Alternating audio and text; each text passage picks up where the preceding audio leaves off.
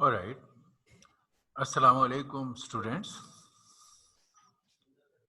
वालेकुम सलाम sir.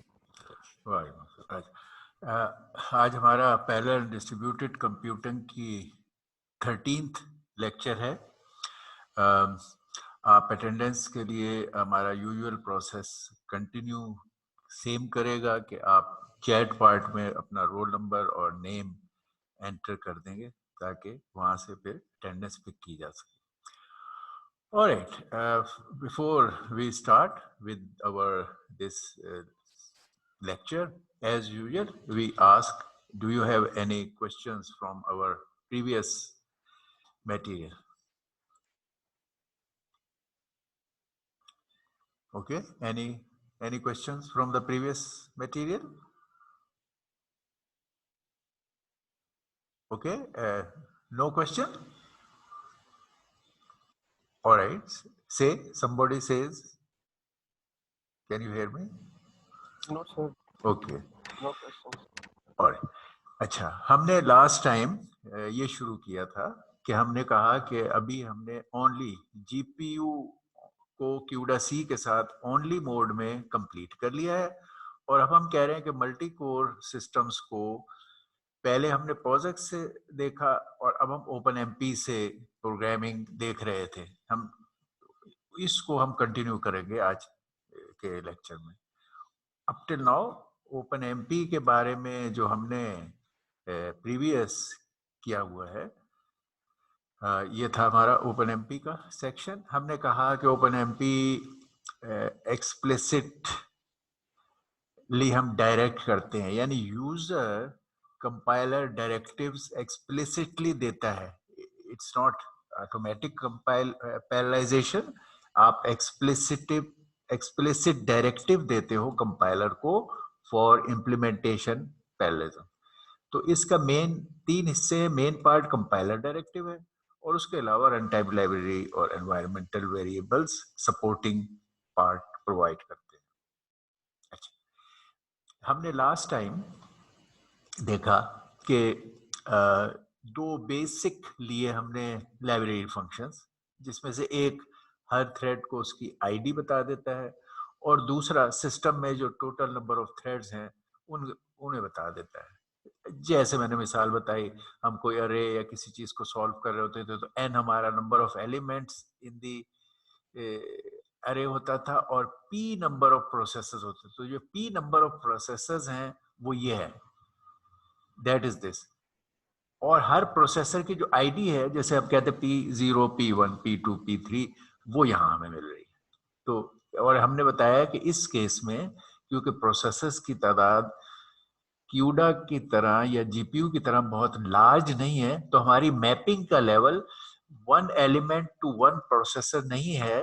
There are generally very large number of elements for and very few processors. तो हम task को पार्टीशन करके सॉल्व करते हैं इस, तो उसके लिए ये पी है कि हम यूज करें।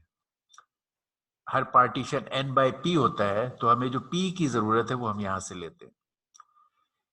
फिर हमने कहा कि एक सब डायरेक्टिव की स्टैंडर्ड फॉर्मेट ये है कि हैश प्रेगमा ओएमपी हमेशा होगा ओपन एमपी के लिए। OMP is for open MP.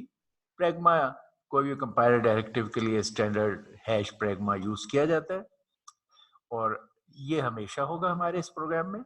यहाँ पर स्पेसिफिक डायरेक्टिव होगा, डायरेक्टिव का नेम कि क्या डायरेक्टिव देना चाहते हैं हम कंपाइलर को, और उस डायरेक्टिव के रिक्वायर्ड पैरामीटर्स को हम क्लॉजेस कहते हैं। इस केस में दे आर क्लॉजेस।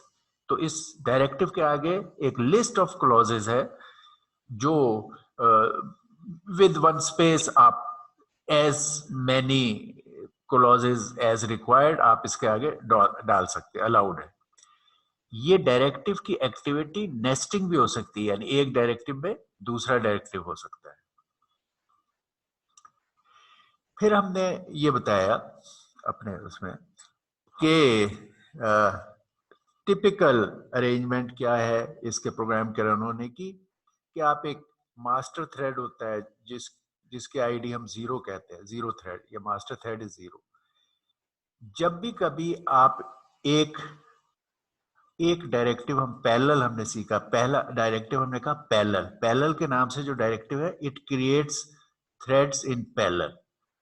तो आप सिक्वेंशियली प्रोग्राम शुरू करते हैं मास्टर थ्रेड में जो कि P0 है। Whenever there is a parallel directive, parallel directive के आगे ये भी बताया होता है कि कितने थ्रेड्स, तो so many threads are created. तो हमने जो पहले सीखा था थ्रेड्स की क्रिएशन का प्रोसेस फोर्क करके, अब हमें वो काम नहीं करना। हमने पैरेलल का डायरेक्टिव देना है और उसके आगे नंबर ऑफ पैरेलल थ्रेड्स अगर हम लिख दें आगे क्लॉज में, तो it will B fork loop, fork for thread 1, fork for thread 2, fork for thread 3, fork for thread 4। तो इस केस में वो जो फोर्किंग का हमें लूप चाहिए होता था फॉर क्रिएटिंग मल्टीपल थ्रेड्स, तो वो अब हमें जरूरत नहीं है। क्रिएशन इज डन ऑटोमेटिकली जब हम कहते हैं पैरेलल का डायरेक्टिव देते हैं और उसके आगे नंबर ऑफ थ्रेड्स मेंशन कर देते हैं, तो it creates so many threads. तो यहाँ इस डायरेक्टिव का जो ये स्टार्टिंग ब्लॉक है, इट इज इस डायरेक्टिव के बाद एक इमीडिएट जो ब्लॉक है, starting of the block, end of the block,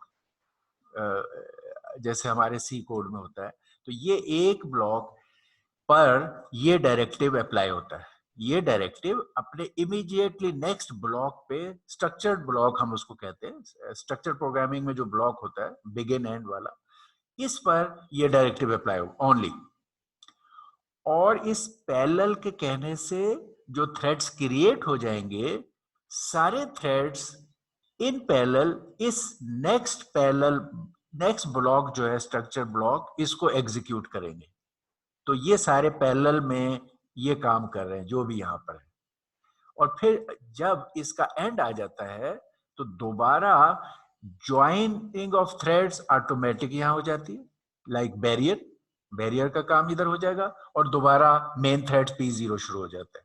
और उसके बाद फिर whenever there is next parallel directive, इसी तरह creation of thread, joining of threads का प्रोसेस इस ब्लॉक के स्टार्ट और एंड पर ऑटोमेटिकली हो जाएगा। आपको अब फोर्क और ज्वाइन के इंस्ट्रक्शन की जरूरत नहीं है और ये प्रोसेस रिपीट होता रहता है। यहाँ ऑटोमेटिकली बैरियर भी मौजूद है, टर्मिनेशन ऑफ क्लॉक्स भी मौजूद है और दोबारा P0 फिर स्टार्ट हो जाता है। तो a very neat and elegant way of doing that, जो हमने POSIX और P3 में सीखा था कि क्रिएट, ज्वाइन, बैरियर, वो सब इसके अंदर इजी वे में बिल्ट इन हो गए। ये हमने देखा है इसमें क्रिएशन, फिर ये दोबारा वापस आना और ये बैरियर का प्रोसेस और टर्मिनेशन, ये सब नाइसली अरेंज है इसमें। अब हम अप्रिशिएट कर सकते हैं क्योंकि हमने थ्रेड्स की डिटेल POSIX और P3 से सीखी है।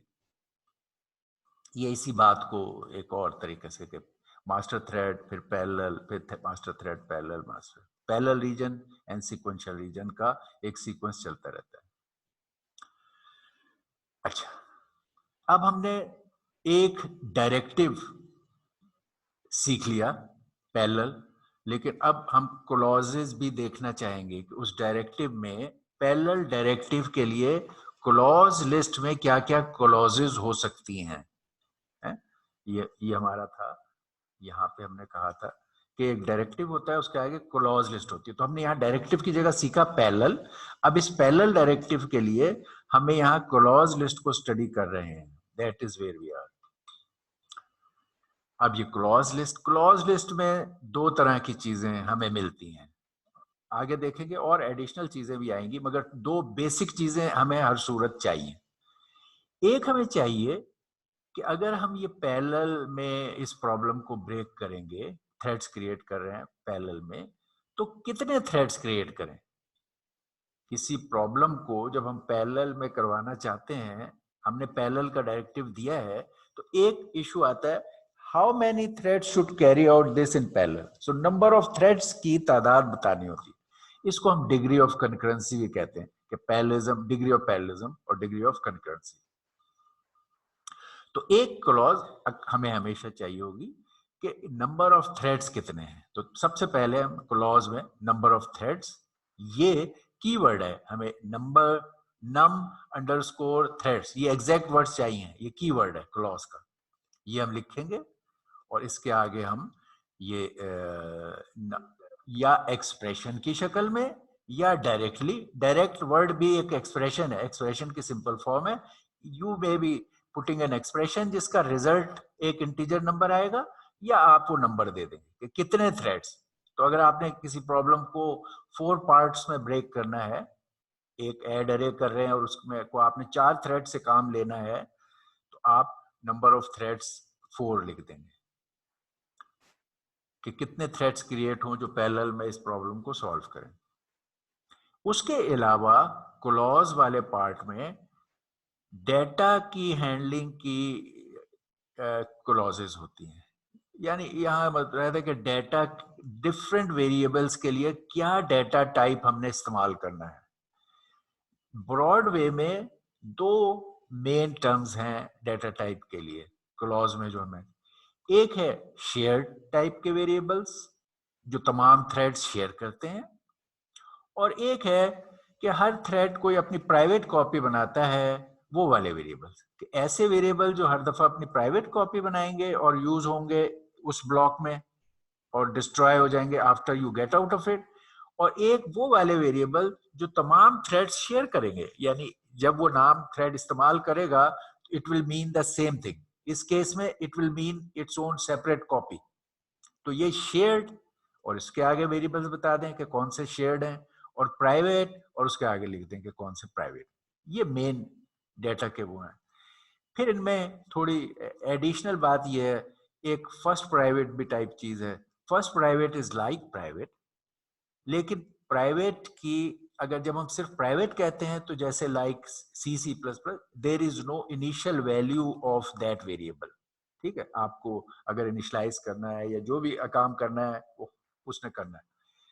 फर्स्ट प्राइवेट का मतलब यह है कि it is generated for each thread A private copy, मगर जो प्राइवेट कॉपी जनरेट होगी उसकी इनिशियल वैल्यू उसी वेरिएबल की जो आउटसाइड गिवन वैल्यू है वो ये एक्वायर कर लेगा। तो एक किस्म का private variable with an initial value by the of a variable with the same name outside, global variable की कॉपी बनाएगा और वो वैल्यू से स्टार्ट ले लेगा, ये फर्स्ट प्राइवेट। एक इसमें है ये वाला ऑप्शन कि एक बेस्ट बेहतर, तो जैसे मैंने बताया कि यही है कि हम शेयर्ड में शेयर्ड के वेरिएबल्स लिखें और प्राइवेट में प्राइवेट के, दोनों को मेंशन करें, तो coding wise it's a good practice, you are ensuring with knowledge telling about each variable your decision. लेकिन sometimes for ease there is a provision कि आप किसी एक के लिस्ट कर लें और दूसरे के कह दें जी डिफॉल्ट मेरा वो है, जैसे आप कह दें डिफॉल्ट शेयर, प्राइवेट वाले आप डिफाइन कर दें और उसके बाद कह दें anything else is a shared variable, तो डिफॉल्ट शेयर, या आप शेयर्ड वाले डिफाइन कर दें और फिर आप कहें anything else is a private variable, तो डिफॉल्ट प्राइवेट, ये भी अलाउड है इसके अंदर हमारे ओपनएमपी। ये मैंने लास्ट लेक्चर में आपको हेलो वर्ल्ड टाइप प्रॉब्लम जो इस कॉन्टेक्स्ट में हो सकती थी वो दिखाई है कि पैरेलल डायरेक्टिव में 2 बेसिक लाइब्रेरी फंक्शंस इस्तेमाल कर रहे हैं फॉर ओपनएमपी, और एक हम पैरेलल डायरेक्टिव इस्तेमाल कर रहे हैं। पैरेलल डायरेक्टिव है और उसके अंदर 2 बेसिक फंक्शंस जो हम कह रहे थे लाइब्रेरी फंक्शन, वो इस्तेमाल कर रहे हैं। ये उसकी एग्जांपल है, it is like a hello world program in this context. तो मैंने इसमें बताया था कि okay you included openmp.h and may be other things, मगर इस कॉन्टेक्स्ट में ये मेन आपका प्रोग्राम है, उसका स्टार्ट है ब्लॉक मेन का। यहाँ आपने वेरिएबल्स डिक्लेयर कर दिए, 2 तरह के वेरिएबल, एक थ्रेड की आईडी के लिए टीआईडी के नाम से आपने किया है और एक नंबर ऑफ थ्रेड्स के लिए n थ्रेड्स का, ये 2 वेरिएबल्स आपने डिक्लेयर किए हैं फॉर योर नीड प्लान। अब आपने जनरेट करने हैं थ्रेड्स इन पैरेलल, तो आपने पैरेलल डायरेक्टिव यहां पे दिया हैश pragma omp पैरेलल का डायरेक्टिव, उसके आगे ये क्लॉजेज हैं, दो क्लॉजेज आपने यहाँ दी हैं। एक आपने कहा है नंबर ऑफ थ्रेड्स इज 4, यानी ये जो प्रॉब्लम है, ये प्रॉब्लम, अच्छा, ये जो प्रॉब्लम है ये 4 थ्रेड्स पैरेलल में सॉल्व करेंगे। कौन सा प्रॉब्लम? अगला जो ये ब्लॉक है इसको हम कहते हैं स्ट्रक्चर ब्लॉक। इस पैरेलल डायरेक्टरी के इमीडिएटली साथ जो इसका ब्लॉक है, उस ब्लॉक में जो भी कुछ गिवन है it will be carried out in parallel by 4 threads. इसका ये मतलब है। अब यहाँ पे वो डेटा जो हमने कहे थे कि आप बताएंगे, तो इसने ये बता दिया कि प्राइवेट टीआईडी जो है वो प्राइवेट है, ठीक है। It could, it should also, यहाँ पे हम ऐड कर लेते हैं, इट शुड से कि ये जो एन, अच्छा एन थ्रेड्स वो शेयर्ड भी नहीं है, ठीक है, इसलिए इसने सिर्फ एक यहाँ प्राइवेटी की जरूरत थी तो उसने बता दिया कि टीआईडी प्राइवेट, हमें जरूरत नहीं। अच्छा, अब इसके आगे ये जो ब्लॉक शुरू होगा ये 4 थ्रेड्स पैरेलल में कैरी आउट करेंगे। अच्छा, अब वो क्या करेंगे? हर थ्रेड करेगा, हर थ्रेड कहेगा, क्योंकि ये प्राइवेट है टीआईडी, हर थ्रेड अपनी टीआईडी की एक प्राइवेट कॉपी बनाएगा, लोकल कॉपी, और उसको वो कह रहा है ओएमपी गेट थ्रेड नंबर, ये फंक्शन लाइब्रेरी फंक्शन कॉल करेगा हर थ्रेड, जिसमें उस थ्रेड की आईडी असाइन हो जाएगी टीआईडी को, ठीक है। टीआईडी आपका अपना वेरिएबल है, इट कुड बी एक्स और इट कुड बी आर और पी, व्हाटएवर, तो आपने इसमें है, हर थ्रेड ने अपनी लोकल कॉपी में अपनी आईडी कॉपी कर ली। फिर प्रिंट स्टेटमेंट से उसने उस आईडी को प्रिंट कर दिया, हेलो वर्ल्ड फ्रॉम थ्रेड, और यहाँ उस थ्रेड की जो आईडी थी उसने, तो हर थ्रेड ने कहा hello world from thread, let's say from thread 1, hello world from thread 2, hello world from thread 3, hello world from thread 4, ये आपको प्रिंट हो गया। उसके बाद यहाँ पे एक इफ कंडीशन है जो ये कह रही है कि इफ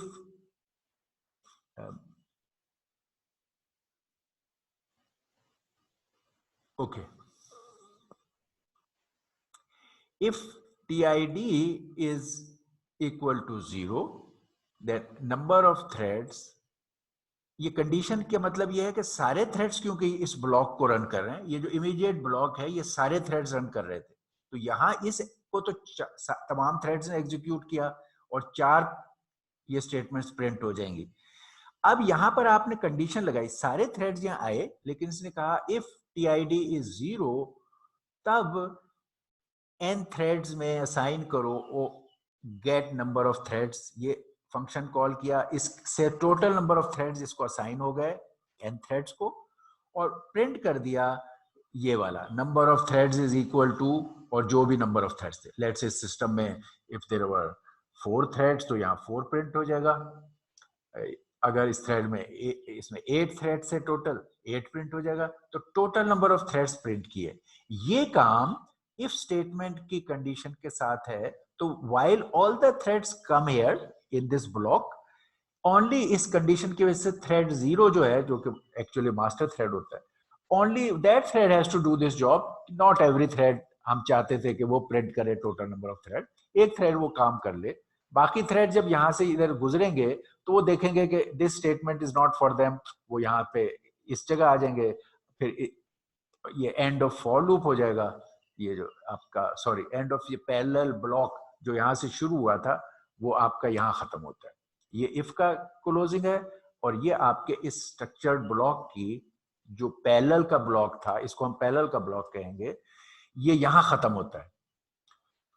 अब इंटरेस्टिंग बात क्या है इसके अंदर, कि जिस तरह यहाँ पे इसके स्टार्ट पर खुद ब खुद क्रिएट 4 थ्रेड्स का काम हो गया, इस स्टेटमेंट की वजह से इस जगह 4 थ्रेड्स वर क्रिएटेड, ये जो थी इसके, तो वो जो था हमारा फोर्क 1, फोर्क 2, फोर्क 3, उसकी जरूरत नहीं रही, ये ऑटोमेटिक हो गया।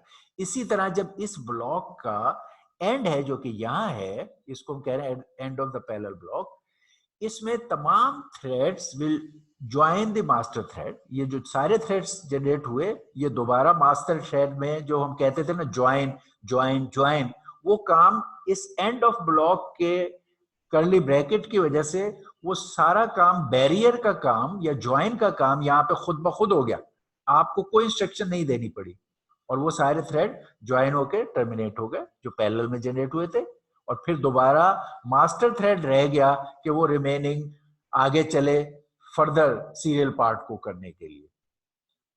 तो ये इसमें है। तो अब इस जगह यहाँ फिर you could have a serial code here for the master thread, ये आपका मेन का क्लोज है। तो अभी आपका मास्टर थ्रेड यहाँ आया, यहाँ पर सारे थ्रेड्स ने काम किया, अब दोबारा यहाँ मास्टर थ्रेड है, master thread can do something sequentially here and then this main में एंड। इस केस में हमारी कोई इंस्ट्रक्शन नहीं थी तो हमने वो इस्तेमाल नहीं की। ओके,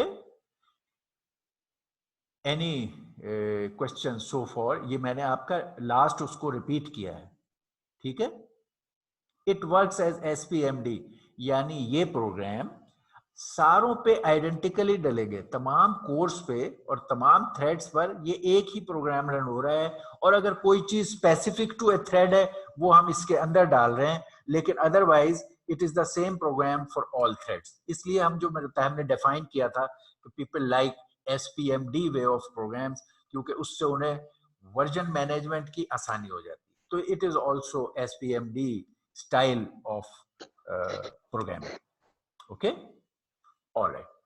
अच्छा जी, अब हम जो लास्ट उसमें हम हुए थे, हमने एक चीज कहा था कि यहाँ एक और क्लॉज हम सीखना चाहते हैं जो बड़ी इंपॉर्टेंट है, आप देखोगे वेरी यूजफुल।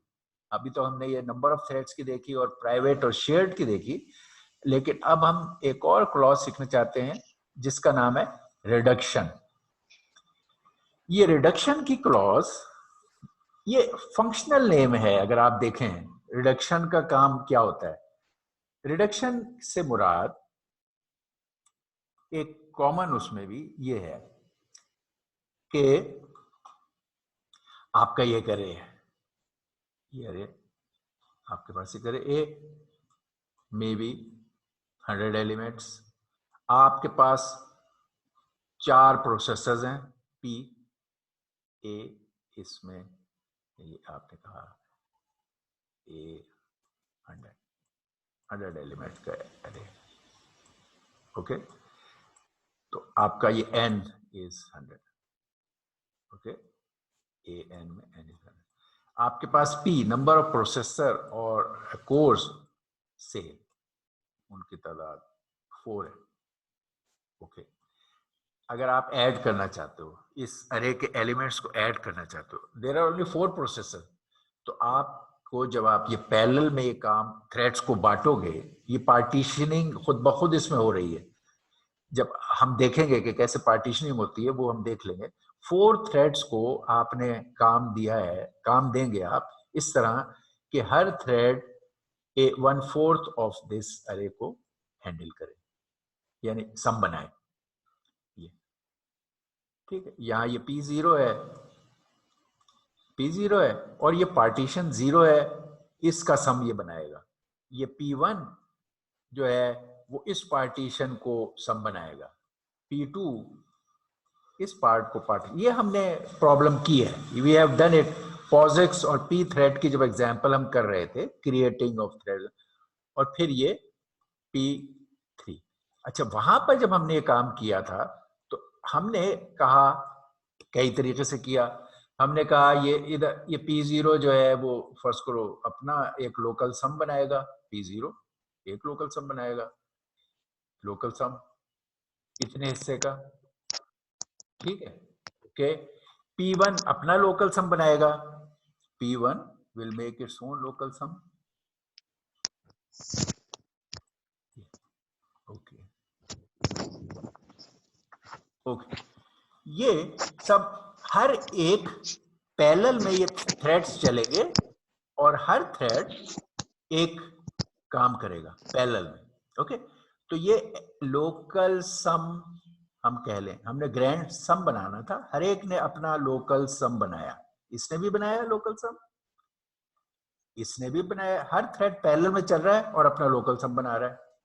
अच्छा, ये हर एक के लोकल सम बन गए, 4 लोकल सम्स बन जाएंगे इस तरह। लोकल सम फॉर 0, ये लोकल कॉपीज जो हैं सम की, वो अपना अपना सम बना लेंगे। बाद में हमें क्योंकि टोटल सम चाहिए, तो हम इन सारों को ऐड करना चाहेंगे, हम इन सारों को यहाँ प्लस करेंगे। हम चाहते हैं कि तमाम लोकल सम्स पासपोर्ट ही है उसके साथ बाद साथ बोल रिवायत की खास बोटी 5 पीस 5 बोटियां हो गई। अच्छा 5 पीसी अच्छा, चटखारा बोटी, ये 5 पीसी ये हमारी प्लीज बोटी। आपके पास चॉइस है, अपने आप को म्यूट कर लें प्लीज, अवेल दिस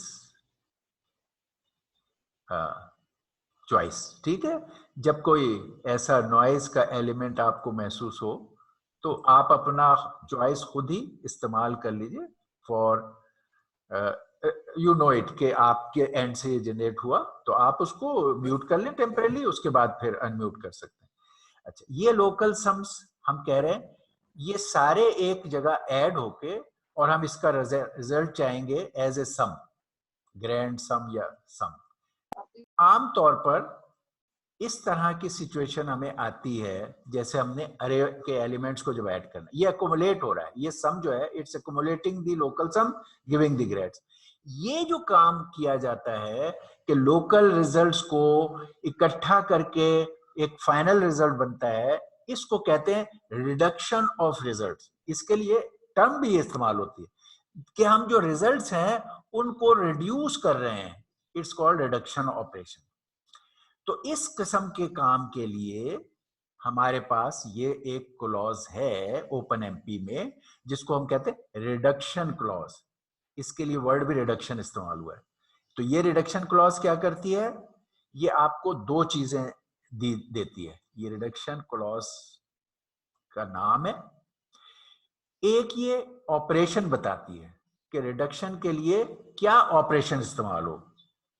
लाइक जैसे इस केस में हम we are doing the reduction against addition operation plus, तो यहां पे ऑपरेटर बताया जाता है।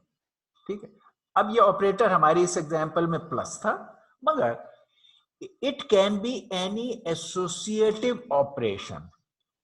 ये जो ऑपरेशन है यहाँ, it can be any associative operation, जिनकी यहां लिस्ट दी हुई है। ये इट कैन बी एनी, ये it can be an add जो हमने मिसाल एग्जाम्पल में देखा, it can be multiply, subtract, and, और एक्सक्लूसिव, और बिटवाइज एंडिंग, बिटवाइज ऑरिंग।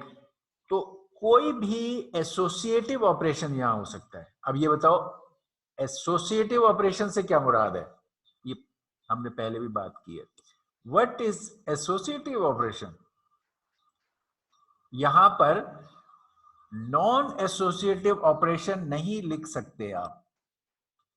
बताइए एसोसिएटिव ऑपरेशन क्या होता है and a non associative operation क्या होता है? एनीबॉडी? Plus minus multiply. हाँ, ये एग्जांपल्स हैं। तो आप जनरली एसोसिएटिव ऑपरेशन की क्या प्रॉपर्टी होती है जिसकी वजह से हम कहते हैं एसोसिएटिव ऑपरेशन है? तो जनरली एसोसिएटिव ऑपरेशन से मुराद है कि जिसमें उस ऑपरेशन को कैरी आउट करने में सीक्वेंस इंपॉर्टेंट ना हो और रिजल्ट सेम रहे। यानी किसी भी सीक्वेंस में आप उसे करेंगे तो रिजल्ट चेंज नहीं होगा। इसीलिए जब हम कॉलेज अलजेब्रा में एसोसिएटिव की डेफिनेशन देखते थे तो हम कहते थे कि अगर आपको तीन उनको ऐड करना है, ए, बी और सी, तो एसोसिएटिव का मतलब यह है कि whether you do adding of this first two and then the third one, यानी क्या इधर आप करें पहले दो को ऐड कर लें पहले और उसमें फिर थर्ड को ऐड करें, इससे जो रिजल्ट मिलेगा वो सेम होगा अगर आप पहले ये नेक्स्ट टू को बी और सी को ऐड कर लें। यानी हम कह रहे हैं यहां आप बी और सी को ऐड करें और इसके रिजल्ट में फिर आप ऐड करें ए को। तो इसमें order does not matter, result एक ही आएगा। इसको एसोसिएटिव कहते हैं। It is not necessary, all the operations are not same type. Add में ऐसा है, मल्टीप्लाई में ऐसा है, लेकिन लेट से डिवाइड में ऐसा नहीं है, डिवाइड में नहीं होता है ना। और बहुत सारे ऑपरेशन ऐसे हैं जिनमें इस तरह से नहीं होगा। ठीक है, तो ऐसे तमाम ऑपरेशन जो एसोसिएटिव नेचर के हैं उन पर ये अप्लाई होगा। क्यों होगा कि जब लोकल सम ऐड हो रहे हैं यहाँ, ये सब थ्रेड्स पैरेलल में एसिंक्रोनस चल रहे हैं, एंड मे बी कि यहाँ एडिंग के वक्त जब आप ये कर रहे हो, यहाँ पर ये जो हम ऐड करते हैं अमूमन अगर वो शेयर्ड वेरिएबल में है तो हम एटॉमिक ऐड से करते हैं, लॉक अनलॉक से करते हैं, लेकिन किसी भी ऑर्डर में ये आ सकते हैं और उसमें सम को डाल सकते हैं और रिजल्ट अनचेंज रहता है अगर ये एसोसिएटिव ऑपरेशन है। अगर यहाँ फर्ज को डिवाइड होता तो ये अगर इसके बाद ये वाला डाल दे तो रिजल्ट खराब एक आ जाता, और इसके बाद ये वाला कर दे तो रिजल्ट दूसरा हो जाता। इसलिए ये पाबंदी है रिडक्शन के लिए। ओके, तो हम ये इसमें एक बताते हैं कि क्या ऑपरेशन कैरी आउट करना है और किस वेरिएबल पर। जैसे हम इस केस में वेरिएबल का नाम सम रख रहे हैं, it can be another name. तो ये है reduction operation for our this thing. तो अब इसको हम जरा सा इसकी स्ट्रक्चर देख लें, फिर इसके एग्जाम्पल देखेंगे। स्ट्रक्चर क्या है? प्रैग्मा ओएमपी हमेशा है। हम कहते हैं पैरेलल ब्लॉक, हम चाहते हैं कि पैरेलल में थ्रेड्स काम करें। नंबर ऑफ थ्रेड्स की तादाद हमने मेंशन कर दी ये क्लॉज में कि कितने थ्रेड्स ये काम करें, लेट्स से 8। और हम कह रहे हैं जो काम आगे आ रहा है वो एडिशन का काम है, तो उसने सोचा कि उनको मैं जब 8 थ्रेड से कर रहा हूं तो 8 थ्रेड अपने अपने पार्ट को ऐड कर लेंगे पैरेलल में। यहाँ पे ये रन ब्लॉक होगा, हर थ्रेड इस ब्लॉक को रन करेगा और हम उसके हर एक अपनी कॉपी बना लेगा और उस पर अपने पार्ट के सम बनाएगा। अब उस सूरत में हमें ग्रैंड सम बनाने के लिए वी नीड समथिंग। जैसे हम पहले यहाँ एक अरे ये वैल्यूज डाल देते थे एक अरे में और उनको ऐड कर लेते थे, या एक सम 0 सम 1 सम 2 सम 3 कहते थे, उन्हें ऐड कर देते थे। अब वो काम हमें करना है। उसके लिए अगर आप ये रिडक्शन क्लॉज हम लिखते हैं जिसमें हम ये कह रहे हैं कि ये ऑपरेशन ये है और ये इस वेरिएबल सम पर होना है, तो ये क्या करेगा? हर थ्रेड अपनी लोकल कॉपी ऑफ सम बनाएगा, खुद सम ही की एक लोकल कॉपी बनाएगा और हर लोकल कॉपी में वो अपना ये एडिशन कर लेगा जो भी उसने एडिशन करना है, और फिर उसका ग्रैंड उन लोकल सम्स को ग्रैंड सम में जब ये ब्लॉक खत्म होगा तो वो because of this reduction operation वो इस वेरिएबल में ग्रैंड सम बना देगा। तो आप देखिए उस ब्लॉक में क्रिएशन ऑफ थ्रेड हो गया, पैरेलल में कंप्यूटेशन ऑफ थ्रेड्स हो गया, और एंड में because of the reduction operation आपका ग्रैंड सम बनाने वाला काम भी हो गया। तो ये बड़ी पावरफुल इंस्ट्रक्शंस हैं जिसपे हमारा बहुत सारा काम ऑटोमेटिकली हो जाता है।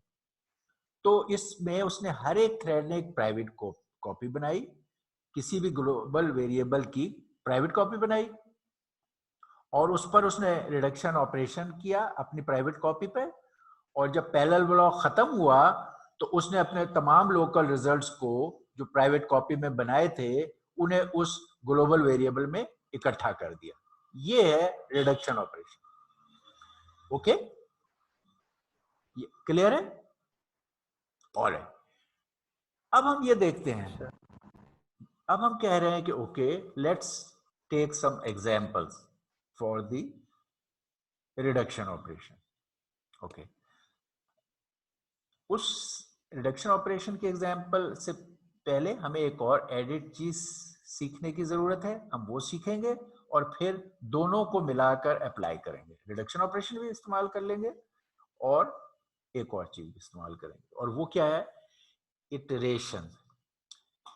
इटरेशन और टास्क, यानी अगर आपके जो स्ट्रक्चर ब्लॉक है, ये हमारा स्ट्रक्चर ब्लॉक है, ठीक, अगर इस हमारे स्ट्रक्चर ब्लॉक में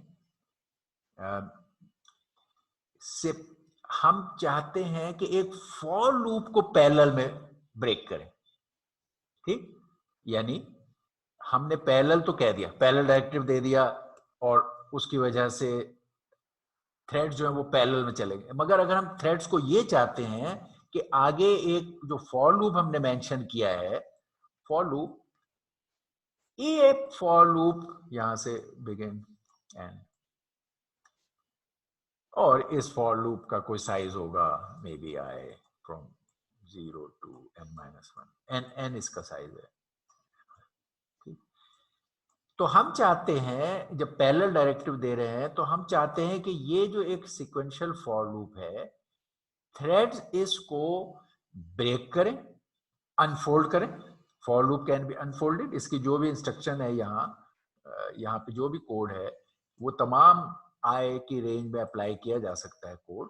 तो उस फॉर लूप को अनफोल्ड करें, यानी ये इस तरह तमाम फॉर इंस्ट्रक्शंस में जो चीजें हैं उन सबको लिख लें कि for loop for i equal to 0 जो कुछ स्टेटमेंट है फॉर i इक्वल टू 1 जो भी स्टेटमेंट है, वो सारी स्टेटमेंट आपने यहाँ लिख ली। ये फॉर लूप को अनफोल्ड कर दिया, यानी फॉर की जो तमाम इंस्ट्रक्शन थी वो आपने खोल के लिख दी। अब आप चाहते हो कि जो थ्रेड्स पैरेलल के हैं वो हर पोर्शन को इसके अपना अपने हिस्से के पोर्शन को पर काम करें। ठीक है, यानी अगर ये 100 फॉर लूप थे, 100 टाइम इसने चलना था किसी चीज में, और अगर बाहर 4 थ्रेड्स आपके हैं पैरेलल में, तो हम चाहेंगे कि एक थ्रेड इसका पहला 100/4 25 पहले 25 फॉर लूप के स्टेप्स करे, दूसरा थ्रेड नेक्स्ट 25 स्टेप्स करे, तीसरा थ्रेड नेक्स्ट 25 स्टेप्स, और चौथा थ्रेड नेक्स्ट। इस तरह फॉर लूप के काम को थ्रेड्स के दरमियान डिस्ट्रीब्यूट कर दिया जाए, बांट दिया जाए। अगर हम इस तरह फॉर लूप के काम को डिस्ट्रीब्यूट करना चाहते हैं तो हम फॉर लूप को इटरेशन कहा जाता है। For loop is an iteration, एक इटरेशन को हम डिवाइड करके थ्रेड्स में काम लेना चाहते हैं। अगर हम ये चाहते हैं तो हमें एक और डायरेक्टिव सीखने की जरूरत है, एंड दैट इज पैरेलल के साथ फॉर डायरेक्टिव। ठीक है, ये कि पैरेलल डायरेक्टिव, उसके बाद हम एक और डायरेक्टिव दें for directive. This directive will mean कि जो नेक्स्ट सीक्वेंशियल फॉर लूप आएगा तुमने उसको ब्रेक करके पैरेलल में चलाना है। ये फॉर डायरेक्टिव ये कह रहा है, इसके बाद सीक्वेंशियल फॉर लूप आएगा। ये it is just informing threads को कि भाई थ्रेड्स तुमने पैरेलल में काम करना है on the next coming sequential for loop. इसकी यहां पर हम मिसाल दे रहे हैं कि आपने बाहर कह दिया था प्रैग्मा ओएमपी पैरेलल, इसकी क्लॉज में आपने यहां हो सकता है नंबर ऑफ थ्रेड्स और ये चीजें दे दी। अब ये आपका स्ट्रक्चर ब्लॉक जो है इसके स्टार्ट होने से पहले आपने एक और डायरेक्टिव दिया, और वो ये दिया पैरेलल ओएमपी फॉर। ये अब पैरेलल ओएमपी के साथ फॉर है, तो आपने एक डायरेक्टिव पहले दिया पैरेलल और फिर दूसरा डायरेक्टिव दिया फॉर ओएमपी के साथ। ये दो डायरेक्टिव हैं, इन दोनों का मिला के मायने ये हैं कि नेक्स्ट जो सीक्वेंशियल फॉर लूप है अब जो आएगा उसको पैरेलल में रन करना है। और ये फॉर लूप नॉर्मल सी का फॉर लूप है, it is not OMP for, ये ओएमपी फॉर नहीं है। ठीक है, ये ओएमपी पैरेलल है और ये ओएमपी फॉर है। इन दोनों ने मिल के बताया, पैरेलल ने बताया okay so many threads, OMP for ने कहा next for loop to be run in parallel, और फिर ये फॉर लूप आया सीक्वेंशियल। तो ये दो पैरेलल के साथ में फॉर का ओएमपी की भी जरूरत है इस केस में। इस बात को समटाइम्स कोड लिखने की आसानी के लिए ये भी कर सकते हैं कि instead of writing two pragma OMP directive, आप इन दो को कंबाइन करके भी एक डायरेक्टिव लिख सकते हैं। यानी आप प्रैग्मा ओएमपी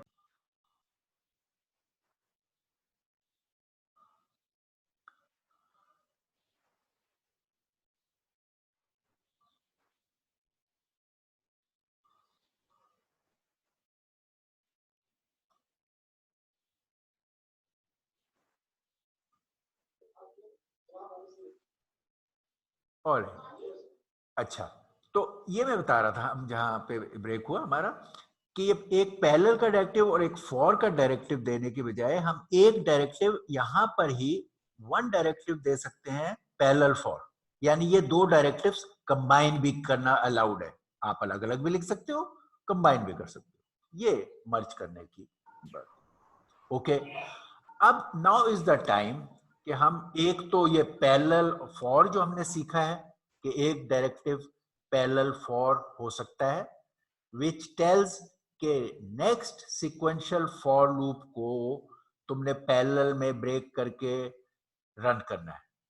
और दूसरी चीज हमने सीख ली थी पहले कि what is a reduction operation. अब हम इन दोनों को मिलाकर एक एग्जाम्पल में यूज करना चाहते हैं, ये हमारा मकसद है। तो हम कह रहे हैं पैरेलल फॉर और रिडक्शन को हम एग्जाम्पल में सीखना चाहते हैं। और एग्जाम्पल क्या है? ये है vector dot product. Vector dot product के काम के लिए हम इन दो को पैरेलल फॉर को इस्तेमाल करना चाहते हैं और रिडक्शन को इस्तेमाल करना चाहते हैं, और ये एग्जाम्पल को देखना चाहते हैं। एग्जाम्पल है, okay, alright, let's look at it. Include OMP हमारे यहां पर हो गया, ये हमने OMP.h हेडर OpenMP का शामिल किया। मेन प्रोग्राम, ये मेन का ब्लॉक है। मेन के ब्लॉक में हमने ये डिफरेंट वेरिएबल्स डिक्लेयर किए इस काम के लिए। ये इंडेक्सिंग के लिए है, ये नंबर ऑफ एलिमेंट्स के लिए है, ये फ्लोट टाइप अरेज हैं, 200 साइज के अरे जिनके एलिमेंट्स फ्लोट टाइप हैं, और ये एक वेरिएबल है रिजल्ट जो फ्लोट टाइप है। ये हमारे वेरिएबल्स की डिक्लेरेशन है। अच्छा, अब यहाँ पर ये आपका जब मेन शुरू होता है और अभी कोई पैरेलल डायरेक्टिव नहीं आया, तो ये एक सीक्वेंशियल P0 रन हो रहा है। यहाँ ये P0 भी रन हो रहा है। अच्छा, ये P0 ही मास्टर थ्रेड, ये मास्टर थ्रेड है, मास्टर थ्रेड, मास्टर, इसका नंबर अक्सर 0 है, मास्टर थ्रेड का मास्टर, ये P0 है। तो कोर 0 या P0 जो मास्टर का रोल प्ले करता है जब मेन शुरू होगा, तो that will take over like normal C++। एक थ्रेड जो होता है वो टेक ओवर कर लेता है सिंगल वाले में। ये अब जब पैरेलल डायरेक्टिव आएगा तो फिर ये थ्रेड पैरेलल में ब्रेक होगा। उस टाइम ये मल्टीपल थ्रेड्स बनेंगे। ये हमने मॉडल देखा है इसका जो OpenMP। ओके, अच्छा, अभी ये जो सिंगल थ्रेड था उसने ये डिक्लेयर किए और उसने उसके बाद ये कहा okay let me fill the values in these arrays. ये अरेज डिक्लेयर थे, हम जैसे कहते हैं इनिशियलाइजिंग ऑफ वैल्यूज, वो काम यहाँ किया है। इनिशियलाइजिंग वैल्यू n उसने कहा ओके 100 है मेरा, रिजल्ट में इनिशियली उसने 0 डाला, ये यहाँ पे उसने बनाना है ये डॉट प्रोडक्ट का रिजल्ट।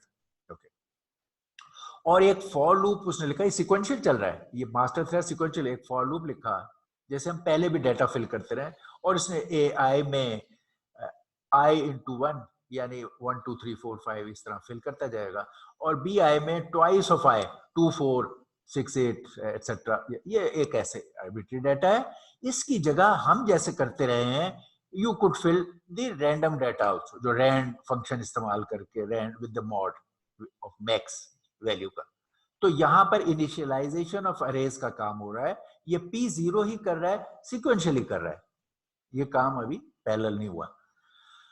अब हमने यहाँ कहा प्रैग्मा OMP पैरेलल फॉर खाली पैरेलल नहीं है, यहाँ पैरेलल फॉर हमने वो जो कहा था कि कंबाइन करके या मर्ज करके दो डायरेक्टिव इस्तेमाल हो सकते हैं। तो अब हमने दो डायरेक्टिव किए, एक पैरेलल कि ये नेक्स्ट ब्लॉक जो है वो पैरेलल में so many threads 4 threads will execute, लेकिन हमने कहा उसके अलावा अब उस ब्लॉक में अगर कोई सीक्वेंशियल फॉर है शुरू में, तो उस फॉर को पैरेलल में रन करना है।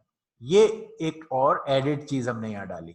इस तरह ये डायरेक्टिव अब पैरेलल नहीं है ओनली, बल्कि they are two directive, parallel and for. अगर ये फॉर हम यहां ना लिखें और फिर यहाँ इस ब्लॉक में फॉर लूप हो तो सारे थ्रेड इस फॉर लूप को सीक्वेंशियली रन करेंगे। हर थ्रेड इस फॉर लूप की तमाम चीजें को रन करेगा, क्योंकि हर थ्रेड ने ये ब्लॉक रन करना है तो सीक्वेंशियली रन करेगा। लेकिन अब फॉर डाल दिया है तो अब जब पैरेलल थ्रेड्स इसमें एंटर होंगे तो इस फॉर लूप को जो सीक्वेंशियल है इसको ब्रेक करेंगे अपने, अगर ये 4 थ्रेड्स है तो 4 पार्ट्स में, और हर एक अपने अपने पोर्शन की पर फॉर लूप अप्लाई करेगा, अपने पोर्शन के पर ये काम करेगा। ये इस फॉर का फायदा है डायरेक्टिव में। तो पैरेलल फॉर डायरेक्टिव हो गया। उसके आगे हमने कहा नंबर ऑफ थ्रेड्स 4, हम इतने थ्रेड्स से काम करवाना चाहते हैं। हमने डिफॉल्ट कह दिया शेयर्ड। डिफॉल्ट शेयर्ड यहां कहने से क्या हुआ कि हमने अगर प्राइवेट में कहा है आई, तो ये तो वेरिएबल आई तो रहा प्राइवेट होगा, इसकी कॉपियां प्राइवेट बनेगी, लेकिन बाकी सारे ए बी एन और रिजल्ट, ये जो सारे थे ए बी रिजल्ट एन, ये सारे जो है ये डिफॉल्ट शेयर्ड में चले गए। यानी ये as a shared for all threads they will be shared. जो हमें यहाँ जरूरत है कि हमने हर थ्रेड ने एक का कुछ हिस्सा लेना है, बी का कुछ हिस्सा लेना है, हर थ्रेड ने रिडक्शन के लिए रिजल्ट को इस्तेमाल करना है, हर थ्रेड को नंबर ऑफ एलिमेंट्स की इंफॉर्मेशन चाहिए, ये सब शेयर्ड में है। ये आई जो है इसकी लोकल कॉपी बना के हर थ्रेड इस्तेमाल करेगा, ये प्राइवेट में। तो ये आपने डेटा टाइप्स डिक्लेयर कर दिए। अब यहाँ पर ये रिडक्शन है जो मैंने कहा था, यहाँ बड़ा हैंडी हमें रिडक्शन काम आएगा। हमें मालूम है कि डॉट प्रोडक्ट में अगर आप, डॉट प्रोडक्ट क्या है, डॉट प्रोडक्ट क्या है, अभी मैंने एक अरे के सम की बात की थी। डॉट प्रोडक्ट में यही काम हमें 2 अरेज के साथ करने की सिचुएशन आती है। एक अरे ए है, दूसरा अरे बी है, ये 2 अरेज है हमारे डॉट प्रोडक्ट में। अगर हमें डॉट प्रोडक्ट लेनी है ए डॉट बी, दोनों को मल्टीप्लाई करके जो वैल्यूज आएंगी इनको ऐड करेंगे तो डॉट प्रोडक्ट आ जाएगा। राइट, यानी हमने रिस्पेक्टिव एलिमेंट्स को मल्टीप्लाई करना है हर इनके, और इनको फिर सम कर लेना है। सम करना हम है। सम करेंगे for may be dot product हो आई जाएगा। From 0 to n-1, suppose there were n elements, तो हमने 0 to n-1 करना है, और हर वेक्टर का इसका a का लेना है ai से ith एलिमेंट, और b का लेना है bi, b का ith एलिमेंट, इन्हें मल्टीप्लाई करना है और हमने इनको ऐड साथ साथ अकोमोलेट करना है। ये होता है डॉट प्रोडक्ट ऑफ 2। अच्छा, इसमें अब क्या है, अगर नॉर्मली सिक्वेंशियल तरीके से करना हो तो आप एक फॉर लूप लिखोगे, for loop for I from 0 to n-1, ये फॉर लूप लिखोगे। बल्कि हम यहाँ लिखते हैं, इसके सामने लिखते हैं ताकि हमें इसी एक्सप्रेशन के लिए हम कह रहे हैं काम कर, एक फॉर लूप लिखेंगे इस समेशन के पार्ट के लिए, for I from 0 to n-1, ये हमने फॉर लूप लिखना है। ठीक, ओके। और इसमें हमने ये काम करना है कि हम ये रिजल्ट आपका जो है वो बन जाए by accumulating values of this product ai और bi, ai bi की प्रोडक्ट, ai और bi की मल्टीप्लिकेशन को मल्टीप्लाई बाय bi। ओके, ये काम हमें करना है। अगर हम सिक्वेंशियल करेंगे तो ये कोड लिखेंगे। अब हम ये चाह रहे हैं कि ये जो फॉर लूप है जो हमें चाहिए, ये ब्रेक होके ये काम बहुत सारे थ्रेड्स शेयर करके करें। यानी अगर ये इतना बड़ा टास्क था तो हम चाहते हैं एक थ्रेड ये वाला फॉर लूप का 1/4 पोर्शन चलाए, दूसरा थ्रेड अनदर 1/4 पोर्शन चलाए, तीसरा अनदर 1/4 पोर्शन चलाए, और चौथा 1/4। इस फॉर लूप को 4 थ्रेड्स हर एक थ्रेड n/4 पार्ट के लिए चला दे, यहाँ n/4 एलिमेंट एक थ्रेड ऐड कर मल्टीप्लाई ऐड करे, n/4 एलिमेंट दूसरा थ्रेड करे। तो अब इस फॉर लूप के 4 थ्रेड्स में 4 हिस्से बनाकर हम काम को डिस्ट्रीब्यूट करना चाहते हैं, ये हमारा यहाँ मकसद है। तो जब हम 4 हिस्सों में ये मल्टीप्लाई ऐड का रिजल्ट बनाएंगे तो ये जो लोकल हर एक के सम बनेंगे इनको ग्रैंड सम भी करना है, तो इस रिजल्ट को अकोमोलेट भी करना है। एक तो आप ये रिजल्ट बन रहा है ना, मगर इनको फिर इकट्ठा भी करना है, इन सबको हमें इकट्ठा करना है, सम करना है, ये लोकल सम्स को ऐड करना है। तो इस काम के लिए हमें ये रिडक्शन का काम चाहिए इसमें। तो एक तो फॉर लूप को पैरेलल में ब्रेक करके एडिशन के वो मल्टीप्लाई ऐड करें, हर एक अपना लोकल वो बनाए, और फिर सारे रिड्यूस करें रिजल्ट, तो हमें रिडक्शन भी चाहिए। इसलिए हमने कहा parallel directive next for loop पे अप्लाई हो, नंबर ऑफ थ्रेड्स 4 हो, और ये वेरिएबल्स हो गया, और उस पर फिर रिडक्शन अप्लाई हो on the variable result under the operation of plus. ये हमने बताया, ये क्लॉजेज हैं। अब आप देखिए क्लॉजेज कितनी मीनिंगफुल हैं कि डायरेक्टिव के बाद इन क्लॉजेज ने पूरी स्टोरी बता दी, और आप देखेंगे कि क्या हुआ आगे। ये सिक्वेंशियल फॉर लूप जो इसके लिए चाहिए था, for I from 0 to n-1, ये जो हम यहाँ लिख रहे थे, result should be result plus this, you could write plus here and eliminate this result, or result is equal to result plus product of these two। ये accumulate करना है इस for loop ने इन्हें। तो अब क्या होगा, ये for loop ब्रेक हो जाएगा 4 हिस्सों में। हर थ्रेड, ये 4 थ्रेड्स हैं, हर thread 1/4 of the for loop को चलाएगा, और उससे ये रिजल्ट का लोकल ये बना लेगा हर थ्रेड इतने का। और फिर ये रिजल्ट के जो लोकल बनेंगे, ये हर थ्रेड अपना लोकल बनाएगा, उन्हें इकट्ठा कर देगा। ये इस रिजल्ट की हर एक ने लोकल कॉपी बनाई, अपने पार्टीशन को उसने ये लिया, बनाया, अकोमोलेट किया, मल्टीप्लाई ऐड, और फिर इसी रिजल्ट वेरिएबल में जब इसका एंड आया तो उन्होंने सबको इकट्ठा कर दिया, रिड्यूस कर दिया। रिड्यूस क्यों कर दिया, क्योंकि रिडक्शन यहाँ पे स्टेट था। अगर रिडक्शन स्टेट ना होता तो हर थ्रेड अपने इस फॉर लूप को चला रहा होता, लेकिन यहाँ अब इसने रिडक्शन भी बता दिया। तो आप देखिए कि इसमें खाली ये लिखने की वजह से लॉक अनलॉक वाला काम भी हर पार्ट पर हो गया, और बाकी इसको फॉर लूप को ब्रेक होने का काम इसकी वजह से हो गया। कितने हिस्सों में पैरेलल में चलना है वो इसकी वजह से हो गया। तो इन चंद स्टेटमेंट्स ने ये पूरी डॉट प्रोडक्ट इस एक सिंगल सिक्वेंशियल फॉर लूप की जो आप पहले लिखते थे, उस फॉर लूप को आपने लिखा, लेकिन पैरेलल में चलाया, और आपने उनके रिजल्ट्स को रिड्यूस कर लिया।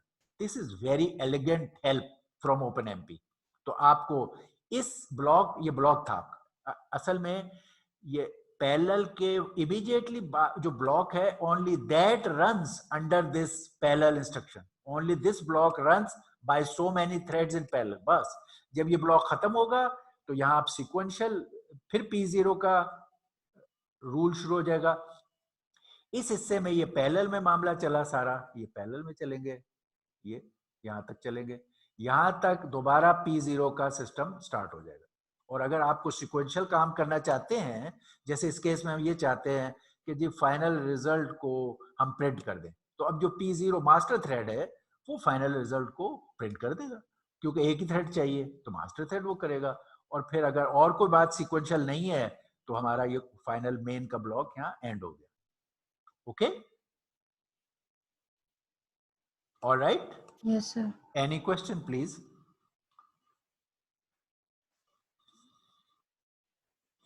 No question?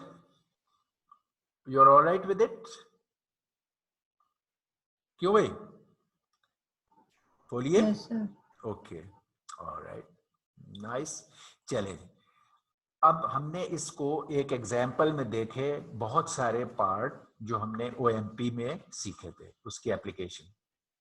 अब हम इस बात को थोड़ा सा आगे एक्सटेंड करें, इसी कॉन्सेप्ट को, फॉर वाली चीज जो हमने अभी सीखी है, हम सिर्फ इसी को थोड़ा सा एक्सटेंड करेंगे अपनी अगली एग्जाम्पल में। ये भी एग्जाम्पल ही है। हमने मैट्रिक्स मल्टीप्लिकेशन सीखा था। एक तो था ना for loop for let's say dot product या सम के लिए अरे के। बाद में हमने अपने लर्निंग में मैट्रिक्स मल्टीप्लिकेशन भी की है। अब हम चाहते हैं कि जो मैट्रिक्स मल्टीप्लिकेशन का काम है उसको हम यहाँ पर, पहले हमने मैट्रिक्स मल्टीप्लिकेशन क्यूडा सी के जरिए से की थी और उसमें हमने सीखा था कि किस तरह उस काम को मल्टीपल थ्रेड्स पैरेलल में कंप्यूट कर सकते हैं। अब हम वही काम को देख रहे हैं कि अगर मल्टी कोर सिस्टम पे हमें वो काम करना हो तो हम कैसे करेंगे। ये हमारा अब नेक्स्ट एम है सीखने का। तो ये है पैरेलल फॉर इटरेशन को हम इस्तेमाल करेंगे for matrix multiplication. Alright, so here is an example of code. पहले तो हमने कहा कि यार कोड होता क्या है मैट्रिक्स मल्टीप्लिकेशन का, लेट्स रिकॉल दैट।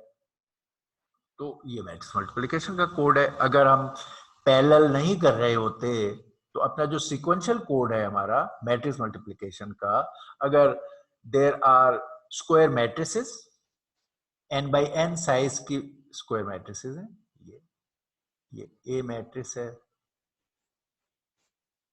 ये B मैट्रिक्स है, ये A और B मैट्रिक्स हैं। इन्हें हम मल्टीप्लाई कर रहे हैं और इनके रिजल्ट को एक C मैट्रिक्स में डाल रहे हैं, C मैट्रिक्स। इस एग्जाम्पल के लिए हमने वो रेक्टेंगुलर मैट्रिक्स नहीं ली, उसमें थोड़ा सा ज्यादा सोचना पड़ता है। अभी हमारा मकसद वो नहीं था, हमारा मकसद ये है कि मैट्रिक्स मल्टीप्लिकेशन को पैरेलल में कैसे करना है। तो ये भी n by n है, n by n, इस साइड से भी n और इस साइड से भी n by n, ये भी n by n है और ये भी n by n। Result matrix भी n by n होगी। ओके, हमें पता है कि अगर C कोड में या C++ कोड में दो matrices of n by n multiply करनी हो तो हमें 3 फॉर लूप चाहिए होते हैं। एक फॉर लूप, दूसरा फॉर लूप, तीसरा फॉर लूप। हमने इसके इंडेक्सेस i j k हैं और ये 3 फॉर लूप होते हैं और इन फॉर लूप का यहां हमने इस शक्ल में इस स्टेटमेंट को लिखा है। You could write it in that form, C I J, maybe we write it in this form, C I J। ये एज ए सूडो कोड लिखा हुआ है तो हम इस तरह भी लिख सकते हैं, C I J, और इसी तरह प्लस इक्वल करके ये इसको भी I के हम ब्रैकेट्स में लिख सकते हैं, इसको भी V के B J। ठीक, ओके। तो हमारी स्टेटमेंट ये है, ये वो है एज यू रिकॉल कि हम जो इसके ith रो और jth कॉलम के वेक्टर को डॉट प्रोडक्ट जो लेते हैं वो ये है। और क्योंकि हम ये वाला काम हर एलिमेंट ऑफ C के लिए करते हैं तो हम ये दो फॉर लूप में बताते हैं कि कौन एलिमेंट जो है जिसको हम अभी डॉट प्रोडक्ट लेना चाहते हैं जिसके लिए, वो किस रो में है और किस कॉलम में है। तो ये ith रो और jth कॉलम की कैलकुलेशन में ith रो का वेक्टर और jth कॉलम का वेक्टर आपस में डॉट प्रोडक्ट कर रहे हैं। ये हमने सीखा है बड़ी डिटेल से, ऑल ऑफ यू रिकॉल। ठीक है, alright. Matrix multiplication in C++, we did it in CUDA C examples, alright. Okay sir. Okay, तो मैंने अभी वो रिपीट किया है, वो लिखा है। अब हम कह रहे हैं कि जिस तरह हमने CUDA C में देखा था कि इसको पैरेलल में कैसे करते हैं, तो वहां पर पैरेलल में करने के लिए किया कि ये जो चीज थी इसके हर एलिमेंट पे एक थ्रेड ले आए। हमने कहा हर एलिमेंट पैरेलल में कैलकुलेट कर लेंगे। उसमें हमारे पास थ्रेड्स बहुत होते थे, तो हम जो C है उसके हर डॉट प्रोडक्ट को कैलकुलेट करने के लिए एक थ्रेड को ड्यूटी लगा दी, हमने मैपिंग कर दी। वहां पर हमने ये काम किया था। हमें यहां ये लग्जरी नहीं है, हमारे पास बड़े महदूद से थ्रेड है, let's say quad core system है तो 4 थ्रेड्स हैं हमारे पास। तो अब हम क्या करें, हम तो हर एलिमेंट पे मैप नहीं कर सकते। सपोज ये 100 बाय 100 के मैट्रिसेस हैं और ये रिजल्ट ये भी 100 बाय 100 है, तो हमारे पास तो 4 थ्रेड हैं।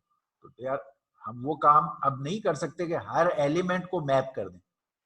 अब हम प्रॉब्लम को पार्टीशन करते हैं, जिस तरह हमने अरे के ऐड में, रिकॉल अरे के ऐड में जब हमने क्यूडा सी से किया तो हर ये 2 अरे को ऐड करने, हर एडिशन के लिए एक थ्रेड मैप कर दिया यहां, उसमें क्यूडासी में ऐसे किया। लेकिन जब हमने यहां किया तो हमारे पास तो वो 100 या 1000 थ्रेड नहीं थे। हमने कहा हमारे पास 4 थ्रेड्स हैं, ओके, हमने कहा इतना प्रॉब्लम सिक्वेंशियली एक थ्रेड हल करेगा, इतना प्रॉब्लम सिक्वेंशियली दूसरा, इतना प्रॉब्लम तीसरा, इतना प्रॉब्लम चौथा। तो हमने ये इतना पोर्शन हम सिक्वेंशियली हल करवाते हैं हर थ्रेड से। तो हम प्रॉब्लम को पार्टीशन कर रहे हैं, यानी एक बड़ा अरे है, हमारे पास प्रोसेसर कम है, हम उस प्रॉब्लम के हिस्से कर देते हैं और हर हिस्सा सिक्वेंशियली सॉल्व करने के लिए दे देते हैं। यहां पर हम ऐसे काम कर रहे हैं, हमने पिछली एग्जांपल इस तरह की है। ओके, तो यहां पर भी अब हमें ऐसे ही कुछ करना पड़ेगा। हमारे पास ये n बाई n थ्रेड्स मौजूद नहीं है, ये n बाई n का प्रॉब्लम सॉल्व करना था, वो थ्रेड्स नहीं है हमारे पास। तो हम क्या करें, ये हमारा वर्कलोड होता है, मैंने बताया है कि जो आपके जिम्मे होता है कि आपने वो काम करना है।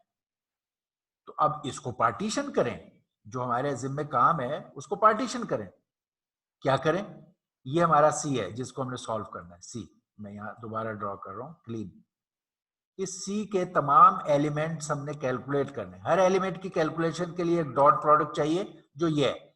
चलो हम कहते हैं डॉट प्रोडक्ट काम तो हम सिक्वेंशियली ही कराते हैं, वो करवाएं, मगर हमें ये सारे एलिमेंट्स कैलकुलेट करने, सारे एलिमेंट फाइंड करने।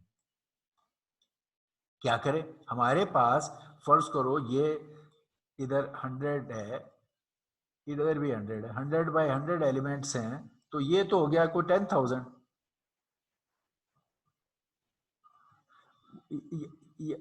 ये आपके पास को 10,000 की वो बन गई चीज, ठीक है। तो 10,000 तो आपके पास नहीं है, तो आप कहते हैं मैं इस प्रॉब्लम को पार्टीशन करूंगा उतने हिस्सों में जितने मेरे पास थ्रेड है। ओके, पार्टीशन कैसे करें, आप कहें ऑलराइट, मैं ये करता हूं कि मुझे ये मेरा टोटल वर्कलोड है, मैं इसके 4 थ्रेड है, 4 हिस्से कर दूं।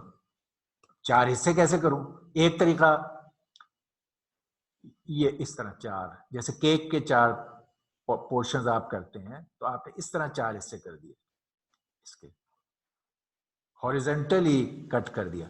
क्या हुआ, ये आपकी इधर रोज होती हैं, ये रोज हैं, यहां पर ये रोज हैं, तो जितनी भी रोज थी आपने रोज को डिवाइड कर दिया। एक प्रोसेसर को कहा तुम पहली 25 रोज का जो काम है वो करो, दूसरे को कहा तुम अगली 25 को करो, थर्ड को नेक्स्ट 25, हर एक को 25 रोज का काम दे दिया। इस तरह 4 पोर्शन कर दिए। और भी कई तरीके हैं इसको ब्रेक करने के। एक तरीका ये हो सकता था कि आप हर थ्रेड को या हर प्रोसेसर को इसके हिस्से इस तरह 4 बना देते। ये आप इस तरह वर्टिकली जो 4 पोर्शन है ये लोड हर प्रोसेसर को दे देते, P0 को, P1 को, P2 को, P3। यहां आपने इसको P0 को ये काम दिया है, P1 को ये काम दिया है, P2 को ये, और P3 को ये, P2 और P3 ये किया। इसी तरह आप ये वाला इसके काम ब्रेक कर सकते थे।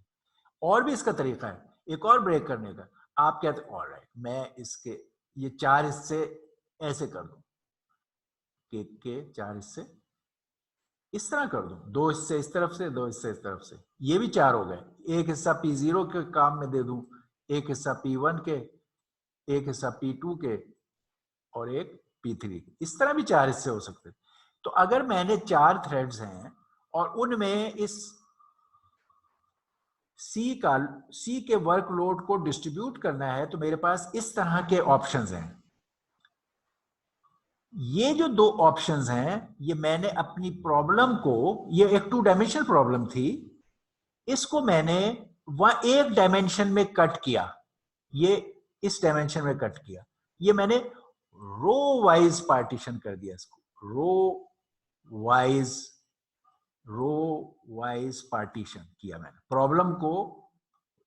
वन डायमेंशन में मैंने रो वाइज पार्टीशन कर दिया, पार्टीशन, ओके, ब्रेक कर दिया। इस केस में मैंने एक ही डायमेंशन में कट किया है, वन डायमेंशन में, मगर यहां कॉलम वाइज पार्टीशन कर दिया,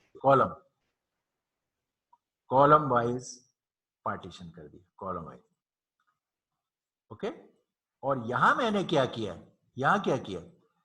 यहां मैंने रो को भी स्प्लिट किया है और कॉलम को भी। तो मैंने यहां 2 डायमेंशन में पार्टीशन किया है, 2 डायमेंशनल पार्टीशनिंग कर दी। आप देख रहे हो, ओरिजिनल प्रॉब्लम 2 डायमेंशन की थी, that means dimension of the problem, ये एक 2 डायमेंशनल प्रॉब्लम है।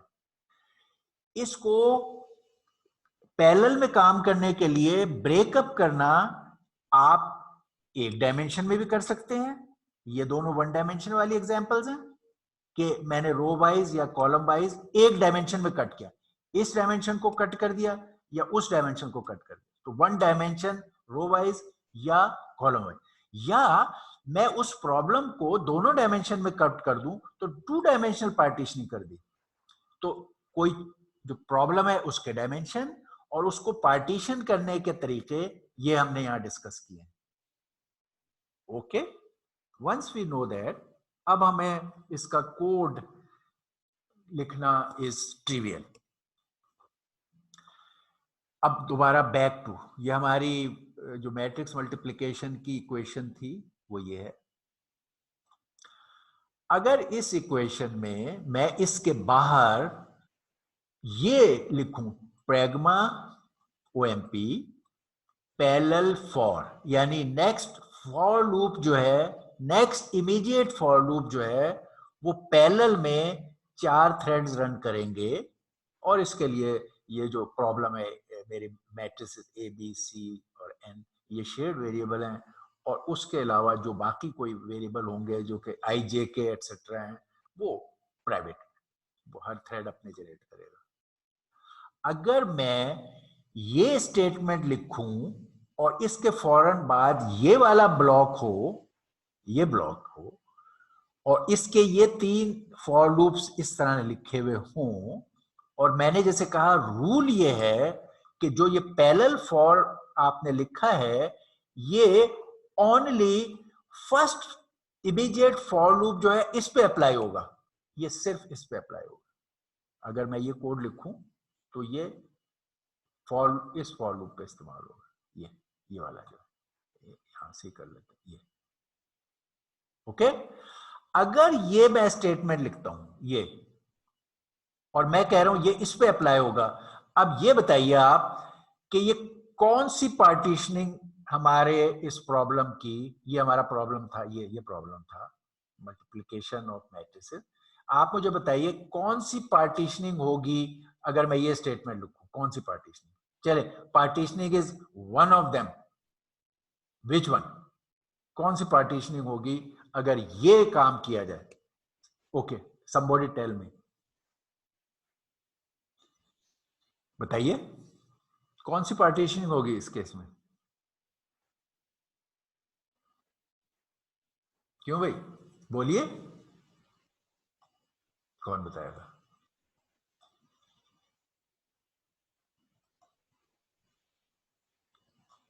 जी बताएं। Can you do you understand my question? मैं कह रहा हूं, मैंने अभी आपको प्रॉब्लम के पार्टीशन करने के, यानी अपने वर्कलोड है उसको ब्रेक करने के, केक की तरह ये काम है, हर एक के हिस्से में एक पीस आना है काम का। और मैंने बताया एक तरीका, अगर कोई 2 डायमेंशन का केक है तो उसको बांटने का एक तरीका है कि उसको ये एक एक्सिस, ये लेट्स से ये वाला एक्सिस, ये वाई एक्सिस है सपोज, ये वाई एक्सिस, ये एक्स एक्सिस, उसको खाली वाई एक्सिस में उसको कट कर दें, तो 1 डायमेंशनल रो वाइज पार्टीशन हो गया। दूसरा, इसको एक्स एक्सिस में इसको कट कर दें, ठीक है, यहां से हटा दें, एक्स एक्सिस में हम इसको कट कर दें इस प्रॉब्लम को, ओके। और फिर तीसरा है हम इसको एक्स एक्सिस में भी कट करें और वाई एक्सिस में भी कट करें। ये है टू डायमेंशनल पार्टीशनिंग, ये है वन डायमेंशनल में रो वाइज पार्टीशनिंग, ये है वन डायमेंशनल में कॉलम वाइज। अगर मैं ये कोड लिखता हूं तो इनमें से कौन सी पार्टीशनिंग हो रही है प्रॉब्लम की? क्यों भाई बताइए, समबॉडी? अबरार बताएं, Abrar, Abrar, Abrar Mubashir,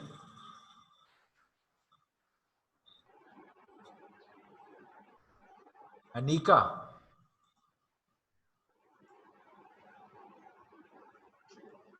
Fawad, nobody can't tell that? Sophia, Sophia आप बताएं। क्यों भाई सोफिया, कैन यू टेल कि कौन सी पार्टीशनिंग हो रही है? एटलीस्ट मेक सम एफर्ट, ठीक है, गलत भी हो सकता है, कोई बात नहीं है। सर अस्सलाम वालेकुम सर, वालेकुम थ्री डिमेंशनल पार्टीशन मेरे ख्याल से होती है सर, क्योंकि 3 लूप लगे हैं विद इन लूप सर। हाँ, ये मैं कह रहा था, ये ओके, ये आपने आंसर करने से ये हुआ ना कि वो कंफ्यूजन जो एक होता है उसको हम हल कर। रूल ये है, ये जो पैगमा पैरेलल फॉर है, इसका रूल ये है कि जो parallel for only first for पे अप्लाई होगा, यानी जो पैरेलल फॉर लिखा और आपने 3 फॉर लूप लिखे, it will apply only on this one. मैं ये कह रहा हूं अगर if applies only on this one, ये कोड था, और अगर पैरेलल फॉर खाली इस पे अप्लाई हुआ तो अब कौन सा ब्रेकअप अकर होगा? कौन सा ब्रेकअप?